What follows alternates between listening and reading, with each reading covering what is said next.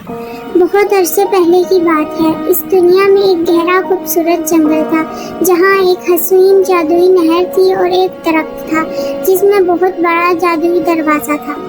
वहाँ की रानी बहुत नर्मदिल परी थी। उसकी एक छोटी सी बेटी थी जिसका नाम था परीशा। रानी की नर्म दिली का कर्ज जंगल की सब परियों को भुगतना पड़ा। जंगल की नहर पर एक जादूगरनी की नजर थी। जादुई नहर परियों की जान थी।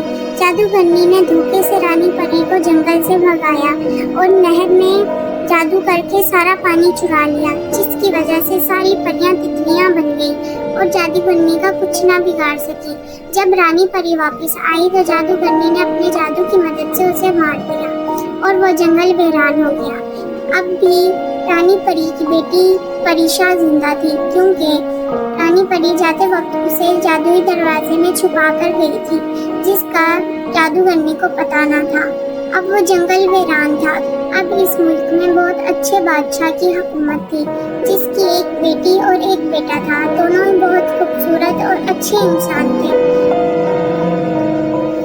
बादशाह की बेटी अक्सर उस जंगल में जाया करती थी, क्योंकि वहाँ खूबसूरत तितलियाँ थी।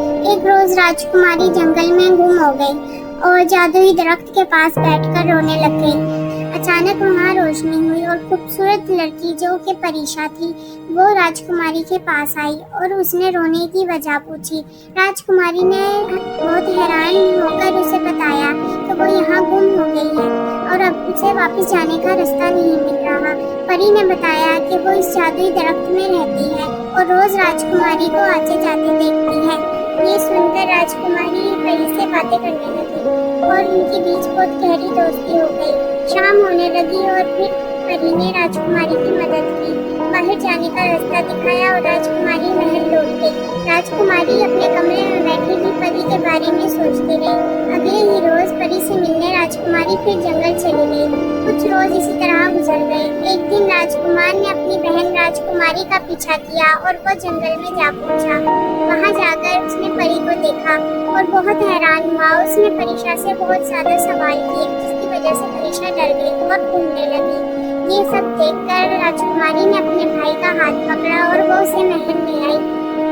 दोनों एक कमरे में बैठकर परीशा के बारे में बातें करते रहे। राजकुमारी ने अपने भाई को परीशा के बारे में सब बताया, जिस पर राजकुमार ने कहा कि वो परीशा से मिलने जाएगा और अगले ही रोज वो परीशा को मिलने गया। उसने परीशा से कहा कि वो उसको उसकी हुकूमत वापस दिलवाएगा और नदी का पानी लाने का वादा किया। राजकुमार ने नदी के पानी के बारे में जब पता करवाया तो उसे जादूगरनी का घर मिला। जादूगरनी तो मर गई थी, लेकिन वहाँ पानी मौजूद था। राजकुमार ने वो सारा पानी लिया और जंगल आ गया। वहाँ लाकर उसने नदी में पानी डाला और नदी पहले की तरह खूबसूरत हो गई और सारी तितलियाँ परियां बन गई और परीशा भी अपनी माँ की तरह खूबसूरत होकर रानी बन गई। राजकुमार और रानी परीशा ने शादी कर ली और दोनों ने अपनी अपनी सल्तनत पर हुकूमत की और एक हंसी खुशी जिंदगी गुजारने लगे।